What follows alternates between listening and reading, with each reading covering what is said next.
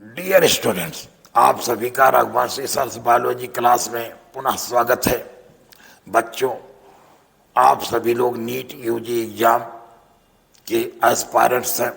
आप सभी लोग नीट यूजी एग्जाम में सफल होना चाह रहे हैं, इसीलिए रघुवंशी सर बायोलॉजी वीडियोस को आप ऑब्जर्व कर रहे हैं, देख रहे हैं। और हमने आपको बता रखा है वो सभी नीट यूजी एस्पायरेंट्स जो फर्स्ट अटेम्प्ट में नीट यूजी क्रैक करना चाह रहे हैं, वो Raghuvanshi sir biology class 360 out of 360 पाने के लिए ज्वाइन करें। मेरे कहने का मतलब, नीट यूजी एग्जाम में टोटल 720 मार्क्स का एग्जाम होता है, जिसमें 50% 360 मार्क्स का बायोलॉजी आता है। 360 में 180 मार्क्स का केमिस्ट्री, 180 मार्क्स का फिजिक्स आता है। इसका मतलब 50% बायोलॉजी आता है बच्चों। यही मैंने कहा कि 360 में 360 पाने के लिए आप लोग Raghuvanshi sir biology class offline join कर सकते हैं और करना चाहिए। आइए देखें, विगत वर्षों में हम पहले भी बता चुके, हमारे बहुत से बच्चे 100% मार्क्स बायोलॉजी में स्कोर किए हैं, इसलिए आप भी करेंगे। और हमने ये भी व्यवस्था कर रखी है, जो बच्चे एडमिशन लेना चाहते हैं रघुवंशी सर क्लासेस में, उनको पहले 7 डेज फ्री डेमो क्लास दिया जाएगा, उसके बाद एडमिशन लेंगे आफ्टर कंप्लीट एंड 100% सेटिस्फैक्शन। मेरे बच्चों, पिछले वीडियो में हम लोगों ने पढ़ा स्पर्मियोजेनेसिस, स्पर्मिएशन, स्पर्मेटोजेनेसिस पूरा पढ़ा। आज हमें देखना था स्ट्रक्चर ऑफ स्पर्म। हम बात करने वाले थे बच्चों स्ट्रक्चर ऑफ स्पर्म की। स्ट्रक्चर ऑफ स्पर्म, अगर हम स्पर्म की बात करें बच्चों, तो स्पर्म में हम लोगों ने देखा था, देखते हैं कि हेड होता है, हेड के पास एक कॉन्स्ट्रिक्टेड एरिया नेक है, और उसके बाद मिडिल पीस है, और यहाँ पर टेल पाया जाता है।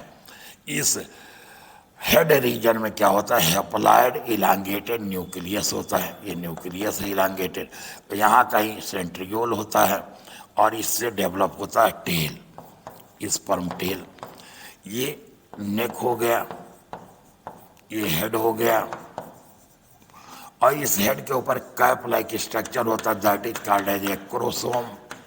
और बच्चों, इस एक्रोसोम के अंदर कुछ फ्लूइड होते हैं, जिसके अंदर एंजाइम एक्सेट्रा होते हैं, और इस फ्लूइड को हम लोग कहते हैं हाइल्यूरोनिक एसिड या हाइल्यूरोनिक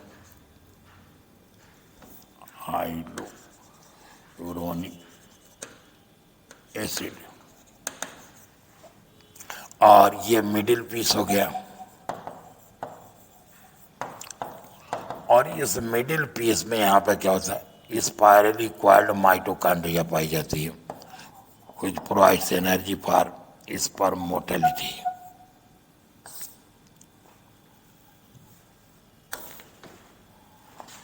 इसको हम लोग कहते हैं माइटोकॉन्ड्रिया। इस तरीके से बच्चों हम लोगों ने देखा एक स्पर्म स्ट्रक्चर। अगर हम इसी चीज को आपकी एनसीईआरटी बुक में देखें, ये बच्चों ये है स्पर्म। अगर स्पर्म की बात करें तो यहाँ पर ये है स्पर्म हेड, ये है नेक, ये है middle piece, and this is the sperm tail. और इसके चारों ओर कवरिंग पाई जाती प्लाज्मा मेम्ब्रेन की। मेरा मतलब, ये जो स्पर्म होता है ह्यूमन स्पर्म, ये माइक्रोस्कोपिक स्ट्रक्चर होता है बच्चों, नेकेड आई से नहीं दिखता। और ये माइक्रोस्कोपिक स्ट्रक्चर डिफरेंशिएटेड होता है head, neck, middle piece and tail में। और the whole sperm is covered by a plasma membrane. कहते हैं इसका जो स्पर्म हेड होता ना, it contains elongated haploid nucleus.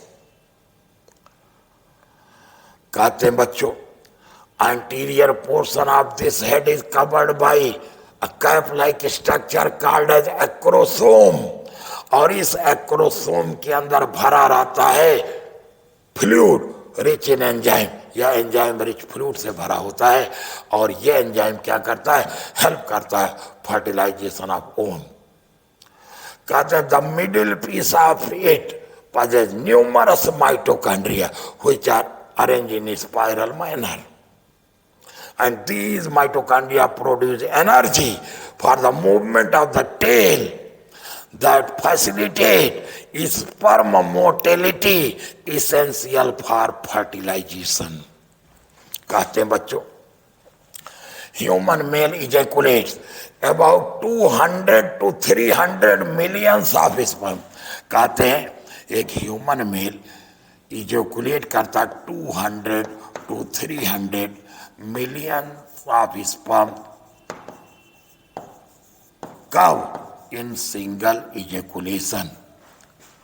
और कहते हैं बच्चों इस स्पर्म का 60% स्पर्म कैसा होना चाहिए, नॉर्मल शेप एंड साइज का होना जरूरी है।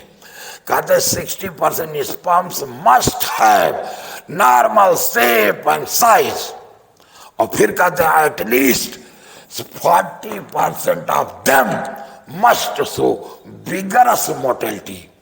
कहते इसमें से भी 40% ऐसे होने चाहिए जिसमें विगरस मोटिलिटी हो। ये नॉर्मल फर्टिलाइजेशन के लिए या नॉर्मल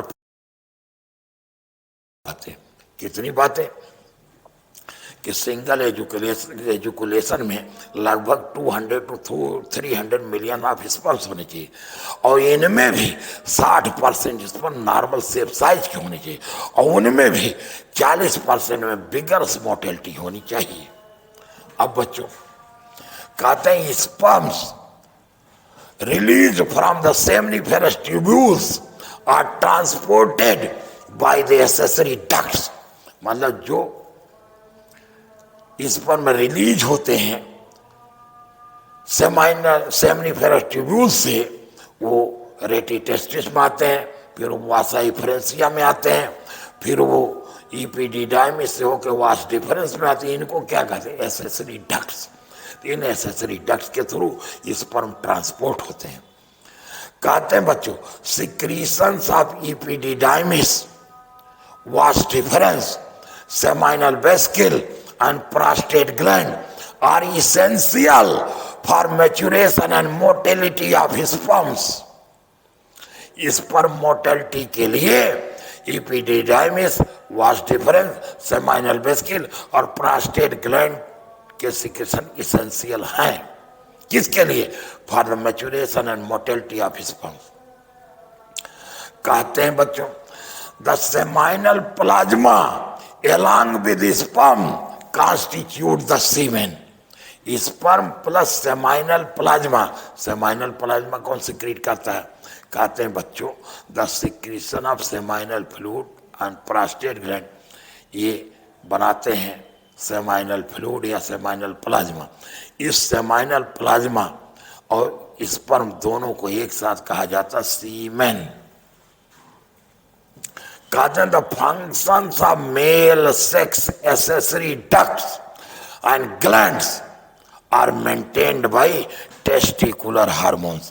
कहते हैं बच्चों the functions of the male sex accessory ducts and glands are maintained by the hormones. कौन से hormones, secreted by testis, specially कहाँ से, लीडिंग सेल से सिक्रेट होने वाले हार्मोन्स के द्वारा मेंटेन होते हैं। और वो हार्मोन क्या होते हैं, एंड्रोजेंस। इस तरीके से बच्चों हम लोगों ने इस लेक्चर में कंप्लीट किया। क्या आज पढ़ना था स्ट्रक्चर ऑफ स्पर्म, हमने कंप्लीट किया बच्चों स्ट्रक्चर ऑफ स्पर्म। अब अगले नेक्स्ट लेक्चर में, नेक्स्ट वीडियो में हम लोग देखेंगे oogenesis, फीमेल गैमीट का फॉर्मेशन, वो देखेंगे नेक्स्ट लेक्चर में। Now this is all for this lecture. Thanks to all of you my dear students.